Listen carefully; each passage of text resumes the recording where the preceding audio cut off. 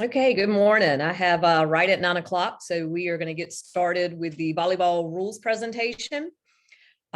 Just as we begin, I will introduce myself. I'm Amy Boozer, one of the associate commissioners here with the league office. And as you are signing in, if you would make sure to have your name listed. So just make sure it does have your name, not just a phone number, or you can even put your school name. So just if you need to rename yourself, please do so. A lot of you just have your names and that's perfect. That works out well. As we go through this meeting, your participation will be checked during the meeting. So very important that you are paying attention and that you don't step away from your computer or anything like that because we will do attendance in the middle of the presentation or kind of towards the end of the presentation. So for you to get your attendance, you will need to, I think there will be a quick poll question that will come up that you will have to answer for your attendance. So if there are questions during the presentation, what I'll do is ask that you put them in the chat. Then when we finish up, I will go to the chat and respond to any questions that are in there, but that'll just help us kind of move through this rule clinic pretty quickly. So all right, I'm sharing my screen with you. You can see my information is listed there for you. It has the office phone number, as well as my cell number and my email address. Our office hours are from 7:30 until 4 p.m. each day. I know sometimes we have questions that come up after our offices are closed, so that's why I'm putting my cell phone number there for you. So you can definitely use that if need be, if you have a question or something that is an emergency that you need to get in contact with me, then please do that. All right, coaching requirements, and this is required for all of our coaches, so head coaches, assistant coaches, volunteer coaches. Each year we have coaching requirements that all coaches have to go through and do. Your first is NFHSlearn.com. This is the 4 courses that you will be taking. You have been taking these courses each year. If you are a veteran coach, if you are a new coach, you will log into NFHSlearn.com and set you up an account. The concussion course, heat acclimatization course, sudden cardiac arrest, and protecting students from abuse are the 4 required courses for this year. Now we have 2 courses that are recommended, COVID-19, and if you remember correctly, the COVID-19 was a required course last year, but it is only recommended for this year. And then NFHS Learn has created a new course called the Collapsed Athlete. So those are just recommended courses if you would like to view those. All coaches also have to have their CPR and AED certification. That is a 2-year certification. So make sure, everybody's up to date and their certificates are still good for this upcoming season. All right, if you had a player that suffered a concussion, they'll have to follow the return to play protocol. These are the approved healthcare professionals that can return your student athlete back to play.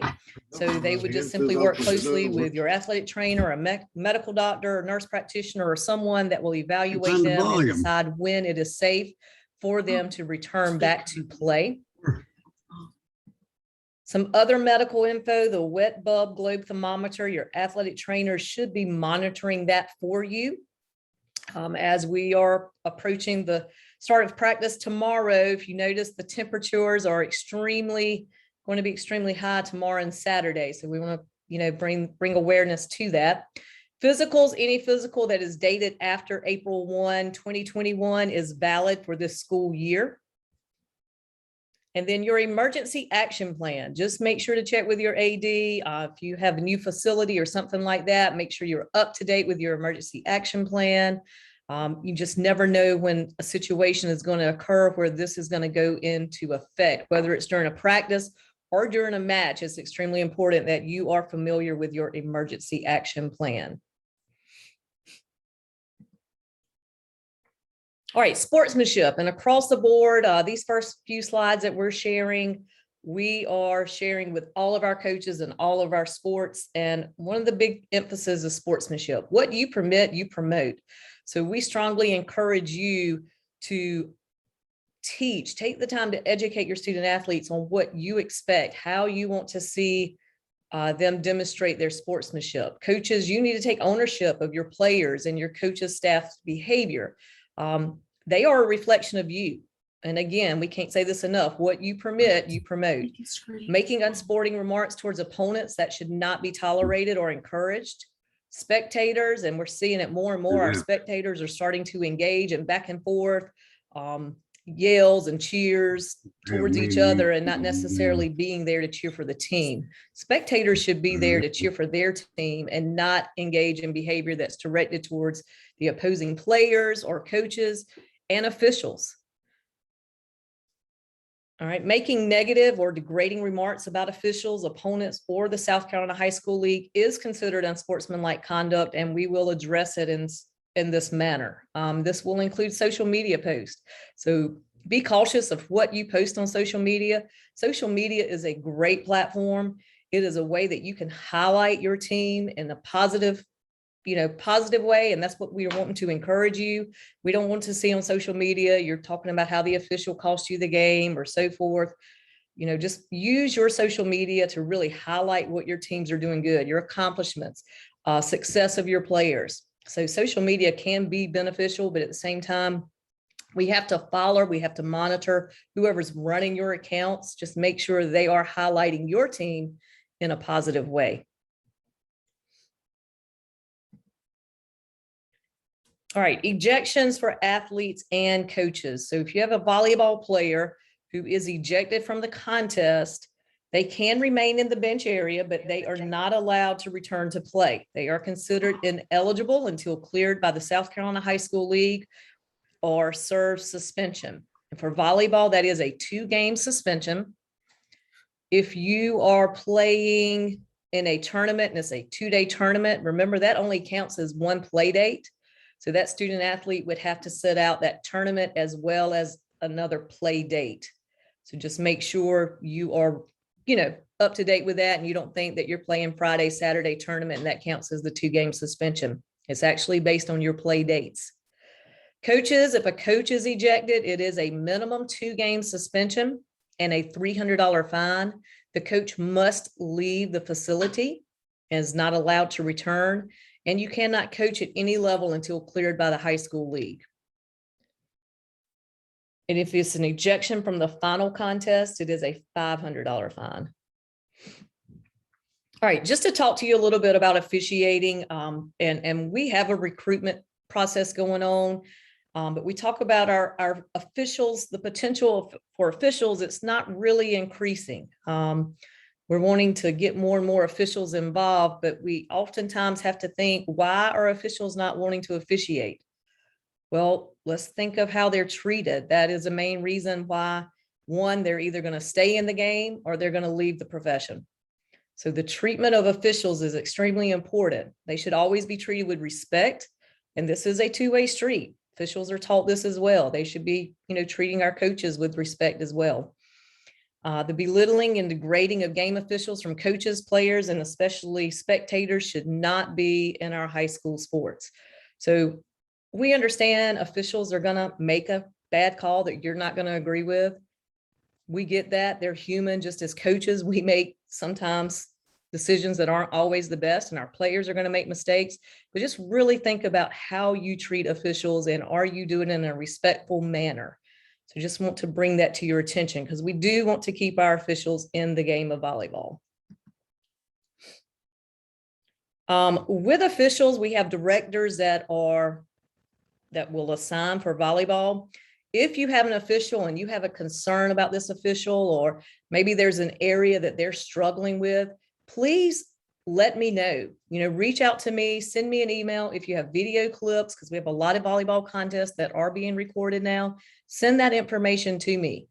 This is an opportunity to work with the director to maybe assist this official in growing in an area that is weak for them. So don't hesitate to reach out if you do have any issues with game officials. So simply email me and we will go through that process of working with the director and hopefully help and educate this official.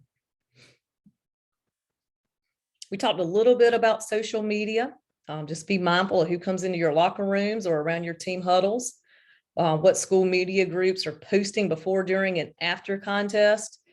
We don't want to get into the back and forth between opponents and getting everybody riled up before you get into a big match. So be cautious of that with your social media post. You know, a lot of times people who do not have your best interest aren't always getting the best information and posting it out there for you. So just make sure you're cautious of that and knowing what's being shared on your social media accounts. All right, this is new for 2021-22. This is across the board for all of our sports. So varsity teams are allowed 2 scrimmages and 1 jamboree. Sub-varsity allowed 1 scrimmage and 1 jamboree. For a jamboree, so a jamboree is a game-like scrimmage where no team can play more than 1/2 of a regular contest in the event. So volleyball jamboree would be 2 sets. 2 sets to 25 points. That's it. You can play 1 opponent and you can play that 1 opponent, 2 sets to 25 points, or you can play 2 opponents and play 1 set to 25 points and play the other opponent for 1 set to 25 points. You cannot play multiple opponents in a jamboree, or you can't play more than 2 sets to 25 in a jamboree. And like I said, if you have questions, put them in the chat. We'll come back at the end and we'll address questions. Just a reminder, I know we've had some people sign on late. There will be, during this presentation, there will be an attendance check. So just want to remind you of that. All right, open close season, and we are covering this with all of our sports. We're seeing violations across the board with all of our sports for open close season. So we just want to make sure that we are clear that you're understanding what you can and cannot do during an open season and during a closed season. So open season allows fall sports for volleyball. You would have 20 days of practice in the month of May. So May 1 to May 31st, that you could do 20 days of practice. You can use your school facilities. It's open to all students. It cannot be mandatory. Closed season. So once your season ends this fall, whether you are eliminated prior to playoff starting or eliminated in the playoffs, whenever your season ends, you then enter your closed season. During this time, a coach cannot work with any athletes on sport-specific skills or training. Students are not allowed to use school facilities on their own, so you just can't set the volleyball net up and let them go in there after school and practice and you not be in there. That would still be considered a violation. You can have your student athletes in the weight room. You can work on strength and conditioning activities. But remember, no sports-specific skills or training can take place during the closed season. In your months of June and July, this is open practice time. This is for all of our sports. The only exception is the dead week, and that falls with the week of July 4th. So just make sure you're checking that out for that date when that week ends. I know we had some issues with a volleyball camp that was going to start 1 day too soon, and I'm glad we caught it when we did, so we could avoid a closed season violation. So just really make sure you know that date, know when it starts and when it ends. Also in June and July, you can have 10 dates for team competition. So you could get with, area schools and have competition if you choose. And here are your dates. Like I said, fall sports, May 1 to May 31 will be your open season coming up in May. What happens if you have a closed season violation? Well, there are penalties. It's a 1-day violation, it is a $500 fine and your team loses 1 day of practice, and you're also limited to 1 preseason scrimmage. If it's a 2-day violation, it's still $500 fine. Your team loses 2 days of practice, limited to 1 scrimmage. You would not be able to host any events, and you cannot be the home team in the playoffs. If it's 3 days, $500 fine. Lose 3 days of practice, cannot host any events, and you would not be allowed to participate in the playoffs. So these violations, they are pretty steep. So we want to make sure we are understanding what open closed season means and what we can and cannot do. If you ever have questions or you're just not sure, always ask before. Just simply pick up the phone, give us a call. We'll be glad to assist you and make sure that you are doing the right thing. All right, now to move into our volleyball SCHSL rules. We use basically the National Federation along with our following state adoptions. So a 3 out of 5 match may be played when only 2 schools are involved in the match. And then last year, due to COVID and the modifications, we put in last year that teams will occupy the bench located on the side of the net adjacent to their playing area throughout the match. Well, this was very well received by our coaches. We sent out a survey. I think it came back like 96, 97% were in favor of this. So we kept this state adoption. So we will still follow this. We will not be switching sides at matches unless there is a clear distinct advantage is gained by staying on the same side, and the official will determine this prior to the match starting. So again, for this year and moving forward, we will simply stay on the same side of the net. I just want to share this. Sometimes we get into playoffs and people aren't aware of what you can and cannot do. This is in the volleyball handbook that can be found on our website. But the host school will prohibit the use of loud noisemakers such as cowbells, air horns, megaphones, and musical instruments. Those should not be allowed inside the gym. The tournament director will also forbid noisemakers during tournament play. Signs, with the exception of welcome signs, will not be permitted in postseason. So we shouldn't see posters and so forth and all of that during postseason. Those are not allowed.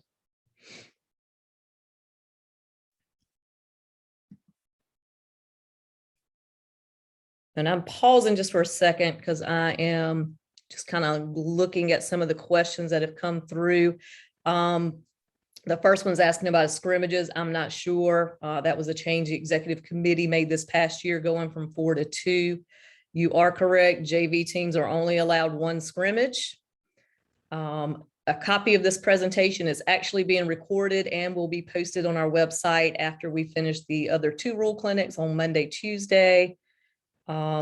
This week right here is considered a closed period, so strength and conditioning activities could take place. You just couldn't do anything volleyball specific starting Monday through Thursday. So it's just like all of our other sports. They have a 4-day closed window where they can't do anything sport specific, but they can still do strength and conditioning training. Whereas that week of July 4th, you cannot do any of that.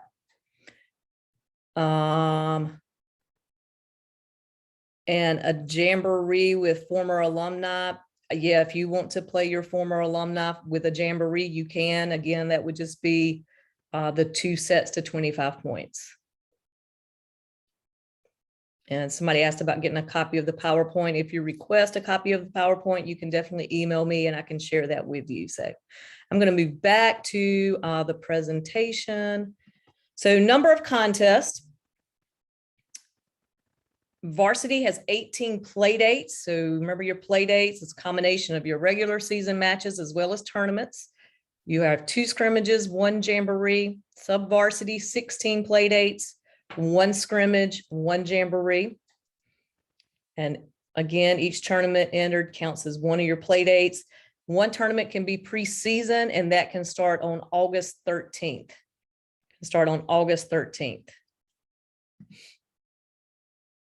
All right, players can participate in a JV and varsity match on the same day, but just remember, if they do this, they're playing for 2 separate teams, so it does count as 2 play dates. So it would count as a JV towards their JV play date total, and it would count towards the varsity. So it's going to count as 2 play dates for that player. Once a player has reached 16 play dates, their only eligibility will be varsity to get to the 18. So just if you're moving players back and forth, just keep track of their play dates. Varsity matches are to be the best 3 out of 5 sets unless playing a tri-match. In a varsity tri-match, teams will play the best 2 out of 3 sets. And if needed, the 3rd set for varsity is to be played to 25 points. Now, sub-varsity matches can be modified, and if they get to that 3rd set, they can play to 15 points. Let me recommend, if you're having a JV varsity doubleheader, you make this modification in that sub-varsity. So if they get to game 3, they're only going to 15 points. They're not going to 25. So that way they just don't get ended by the official, because the officials will end it if they're not finished. I think it's 30 minutes prior to the varsity match starting. All right, pre-match conference, teams are required to wear their regular jersey starting at the call of the captain's coaches meeting. So once they call for captains, teams are to be in their regular jerseys. You have 6 minutes for timed warm-ups. The home team will have the first 6. The visiting team will have the second 6. Teams can shag, but it has to be in the it has to be outside of the playable area. So they can shag balls for you, but it cannot be in the playable area. All right, scorekeeper. This is just a good website, NFHS score sheet instructions. It's from nfhs.org and it can be found on Vimeo. But this is a good opportunity to train new scorekeepers as well as educating new scorekeepers. So if you're having somebody new that's going to be keeping score, you might want to have them review this. Line judges, each team is responsible for providing and training at least one line judge. It's important that you spend time training your line judges, as they are considered officials during the match. It's strongly recommended that adults are used, but we do understand that players are used. If you are using players, they may not be dressed in their team uniform. And I just recommend that you practice. You have these players practice in your practice. You know, don't just throw them in there and they have never called lines before, because again, they are part of the officiating crew. Both schools will provide a line judge. If the visiting team does not have a line judge, they forfeit their right, and the home school will provide a second line judge. So both schools should have a line judge, but if not, then it becomes the home school responsibility to have two. All right, here's just some important dates. So your first practice is going to be tomorrow. Scrimmages can begin August 6th. Preseason tournament can begin August 13th. Your first playing date is the 23rd. And your last play date and qualifiers are due October 18th. And postseason dates, and this will be on our website on the volleyball section. So you just want to make sure that you are looking at these.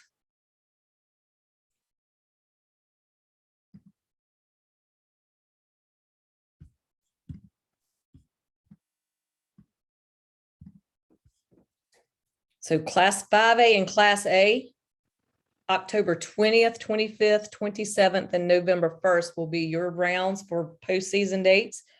Classes 4A, 3A, and 2A will begin on October 21st, 26th, 27th, and November 2nd. And November 3rd will be our virtual press conference.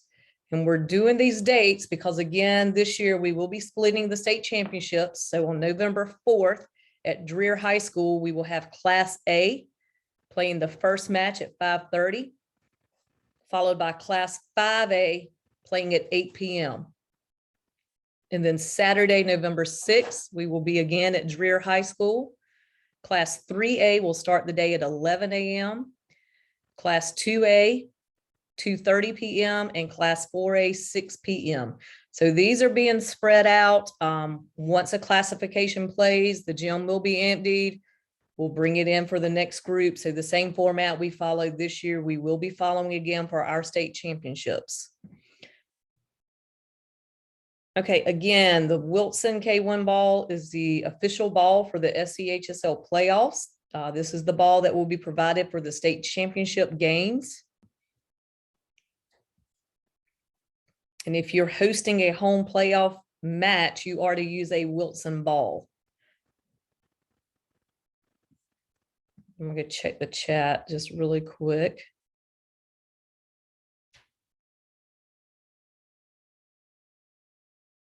Yes, anytime you do a jamboree, you do have to fill out the sanction form. And yes, your first day of practice is Friday. Jamborees can start the same time as the preseason tournament with the 13th. You can scrimmage on the 23rd. You just cannot scrimmage once you have played your first regular season contest. So once you play that first regular season contest, then you can no longer scrimmage. You can start tryouts tomorrow with your first day of practice. That's a school decision as to when you start your tryouts or how you're going to do that. All right, moving into the National Federation rules, and not many rule changes in volleyball. Sports Import, they're just simply the sponsor for NFHS. All right, the NFHS rule books can be available as ebooks, or your athletic director can purchase you a hard copy. They can do that through the book order online format that we are now using. If you are a member of the NFHS, you can actually do the rules app through your phone.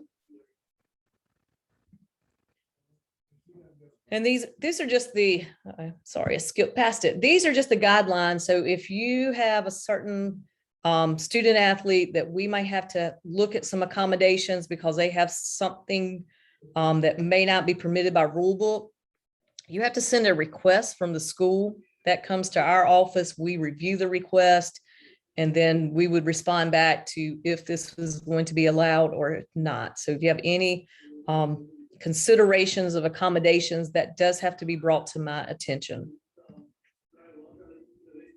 All right, first rule change. So players may now wear head coverings for religious reasons. In the past, these had to be approved just from the slide I just showed you, like state associations would have to review it and then give the accommodation. The headwear must fit securely and be made of non-abrasive soft materials. Head coverings worn for medical reasons must still receive state association approval. So see, there's a difference right there. But if it's for religious reasons, head coverings are now allowed.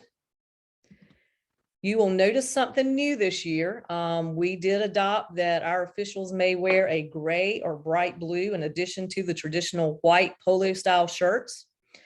I am telling you this. I told the coaches in Greenville on Monday that please notify me if you have officials show up and you have one in blue and one in gray, or one in white and one in gray. If they are not matching, please make me aware of this. We are emphasizing to our officials the importance of communicating, making sure they're in the same official shirt. We do not want to see mixed match officials. So if that for some reason happens, send me an email just making me aware.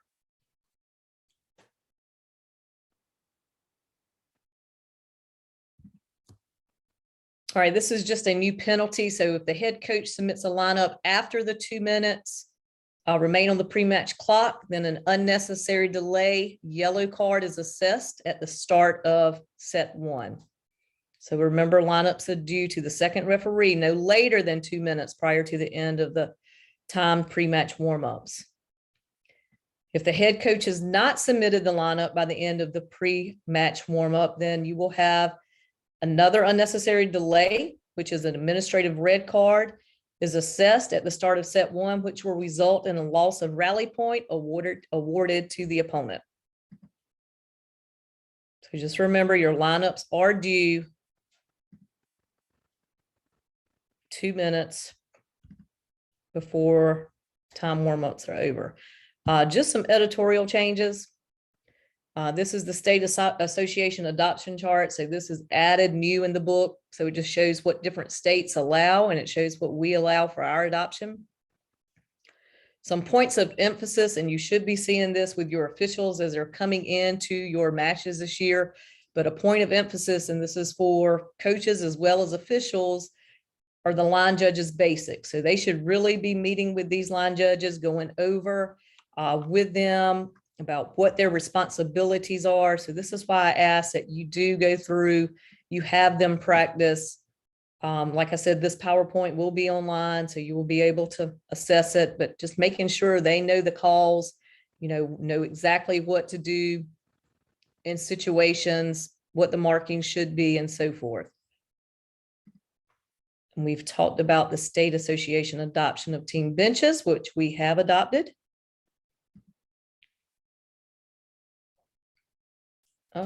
Sorry, skipping past. Just remember, logos cannot be worn. They are only permitted on one piece of the uniform. We ran into this several years ago with I think it was the Nike spandex that a lot of players were wearing, and it had the logo on it. This is just a point of emphasis, no change here with that. In 2023, so beginning with the season 2023, the body of the number must clearly contrast from the body of the uniform, regardless of the trim. So you can't just have your number outlined like you see right here with the one marked off. So that starts in 2023. So if you have uniforms that are, not meeting this standard, you're going to have those ready to go in 2023. Multiple styles of bottoms can be worn. The only difference is they have to be the same color, same light color, but they can wear multiple bottoms. If there are any uniform concerns, the official is to notify the coaches. If they cannot get it resolved, then they are to notify our office, and then we will be communicating with you with the school as to why your uniforms were not compliant. All right, NFHS Learning Center, we talked about that just a little bit with the 4 courses you have to take, but I also want to share with you that NFHS Learning Center, they have courses for everyone. So they have, like, for student athletes, there are some good coaches courses on there for them. Might be something you want to do one day in practice, but they have a sportsmanship course, a captain's course. They have a lot of variety of different courses that can be used. So you just want to make sure you can utilize that. And even as educators, it's a lot of good stuff that you could use in your classroom as well. NFHS network, some of you used the network this year to stream your games. I know we used it for the state championship games, but I know some of you were using it in playoffs, and that is great. NFHS network, they're still striving to be streaming every high school sporting event in America. So they're still working towards that. And that pretty much concludes everything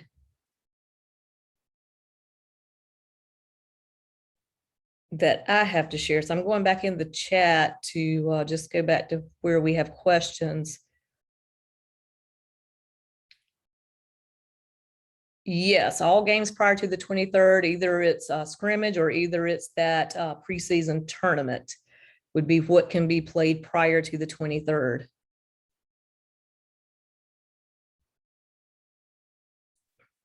All right, I have a question about, are injured players required to be on lineups? Not if you are not going to put them in the game. Now, if you're planning to put them in the game, then yes, they would be required. But if they're not going to be participating, they would not have to be on the lineup. But if they are in uniform, you will need to have them put in. I had this question asked in Greenville as well for sub-varsity. This is a varsity where it will be the standard. The required courses are the concussion course, heat acclimatization, sudden cardiac arrest, and protecting students from abuse. And the uniform pants, just meaning you might have a student athlete that may wear Navy spandex, but then you have a student athlete that wants to wear Navy shorts. As long as they are the same color, they don't have to be the same. And the Jamboree sanction form, that is located on our website. If you check under, I think the forms tab, there will be something there. It might be something specific for invitationals and jamborees, but that form can be located on our website.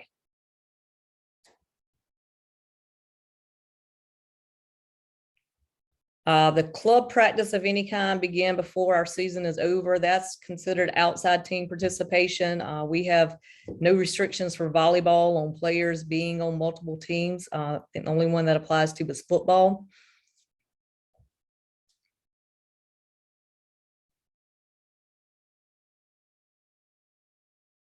All right, with the serve, if there's a bad one, they have to let it hit the floor. They have to let it hit the floor. So I think we are pretty much finished for today. If there are any questions that I did not answer, you can definitely send me an email. I'll be glad to assist, or you can give me a call here at the office. I wish you all the best of luck this season. And if there's anything I can do to assist you this year, please do not hesitate to reach out. So this will conclude our meeting for the volleyball's rules. And again, good luck to you.